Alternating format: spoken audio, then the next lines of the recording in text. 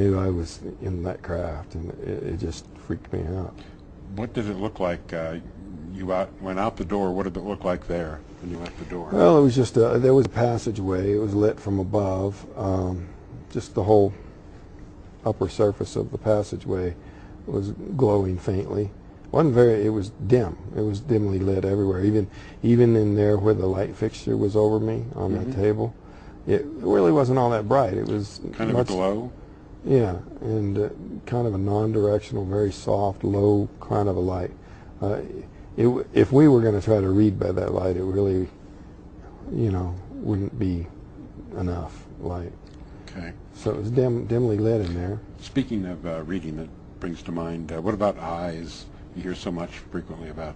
Well, when they came around and came towards me and I started striking out at them with this thing, they all stopped and they just stared at me there for an instant before they turned and left.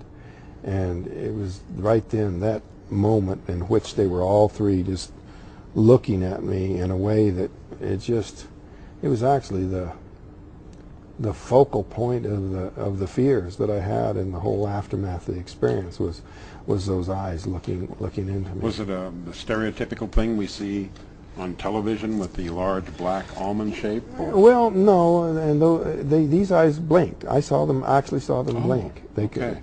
It was not some kind of a fixed insect-looking eye kind of thing at all, but there was a look there, not from expression, but I don't know how you know how if at the zoo you look at an ape and they look at you and there's something different about what you see in the eyes of an ape compared to other animals, It's kind of like that, There's a sort of, Was it a pupil and iris type thing? Yes. Yeah, oh, really? It was. The size of a human's? Or? Oh, much bigger, very large eyes, Okay. Were their heads larger, or? Yeah, their heads were pretty big for their bodies. Okay. Yeah. Was and it hairless. Triangular shape? Well, they had small jaws. The lower part of their face was small, and then the upper part that would correspond to our cranium was pretty large. Okay. Oh. Again, after you had gone out into the hallway, what was your experience? You, I believe, went in the opposite direction. You said they went to the right. Yeah. You went to the left. Yeah. What was your experience moving from there? Well, I was just trying to get away from them and out of there any way I could. It was kind of a mindless, flight, like you say. But the passageway was curved, and curved so tightly that I couldn't see very far ahead and couldn't see behind me to see if they were chasing me. So I was just kind of in this torn situation of, running from something, I don't know if it's there, and running toward I don't know what, because I can't see that far ahead. What about your experience about any other part of the ship that you got to? What did that look like? Well, the entire surface of the inside of that ship was a metallic, sort of a matte, non-reflective look, and pretty featureless. There weren't buttons and lights and dials and stuff all over the place like you'd see in a science fiction movie. It was a very featureless environment, very clean. But the one hope that I had of finding a way out was this one room I came to that had some controls on a chair that I thought might, open a door or be a way out. Was it one of those stylized looking chairs? It was curved, sort of sculpted. Everything in that place was very rounded and sculpted. The doorways and where the walls met the floor and all that. Everything was rounded and smooth. But, what did you do? Did you sit in the chair then, or? Yeah, it was really quite small for me, but I did move the lever, and it caused the star pattern to move. You could see the stars. Oh, well, they could have just been points of light. It wasn't like a window. It was like you could, like the stars were either projected on, or somehow you could see through the surfaces of the floor and walls and ceiling. Like a hologram almost. Yeah, some kind of a projection or a viewing method. Did that seem to respond at all to your moving the? Yeah, the lever caused that to move, but these other buttons, I was mainly hoping to open a door, and most of them didn't do anything. Some of them caused this little screen to change a little bit, but it was moving that lever that really, you know, kind of it was disorienting to have all those the star pattern move all simultaneously like that. So I resolved I wasn't going to mess with that anymore, and it was about that time that